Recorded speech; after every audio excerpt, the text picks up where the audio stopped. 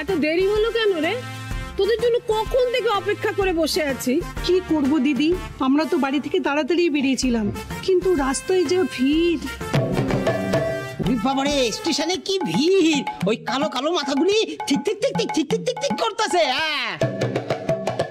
ওরে বাবারে, তারপর ট্রেন আইলো দেরি কইরা, আর কলকাতায় ঢুকলো দেরি কইরা।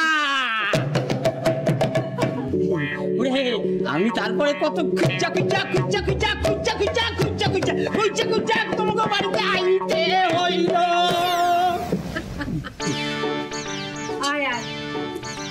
ওই দেখি দেখি,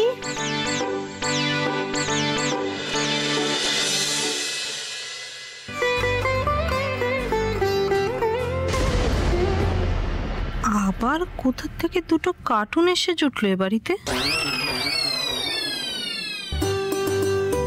ভালো থেকো মা। দিদি, দেখি তো নাতবউকে মনে হচ্ছে এবারে ছেলেই হবে। দিদি, তোমার বড় বউখানা কিন্তু মানে বড় নাত বউখানা কিন্তু একদম লক্ষ্মীমন্ত, কিন্তু কিন্তু ছোটটা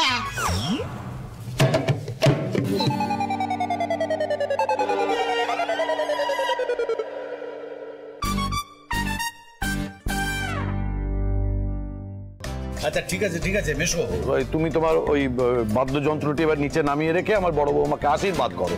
অনেকক্ষণে খাবার নিয়ে বসে আছে, তুমি আশীর্বাদ করলে আবার বড় মা করবে। এসো তাড়াতাড়ি এসো। আইতেছি মা। এই ঘানা একটু ধরো তো দেখি, ভাড়া আছে কিন্তু সাবধানে ভাঙা না যায়। ঠিক আছে ঠিক আছে, এই নাও মা, এই নাও।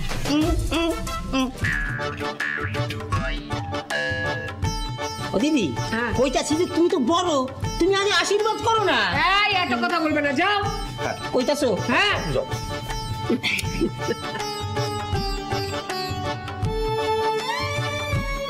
আশীর্বাদ করি, স্বামী সংসার পোলাপান নিয়ে সুখে সংসার করো।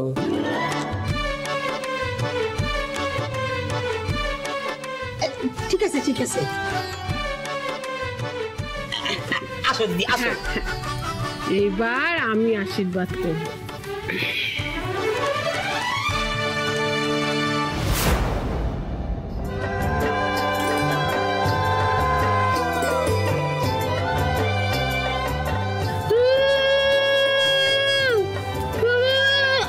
হাট করতে হবে না।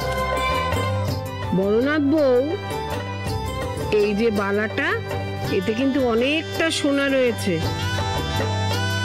তবে শুধু সোনা দিয়ে এর মূল্য হবে না। এই বালার কিন্তু অন্য মূল্য আছে। এ আমাদের বংশ পরম্পরার বালা।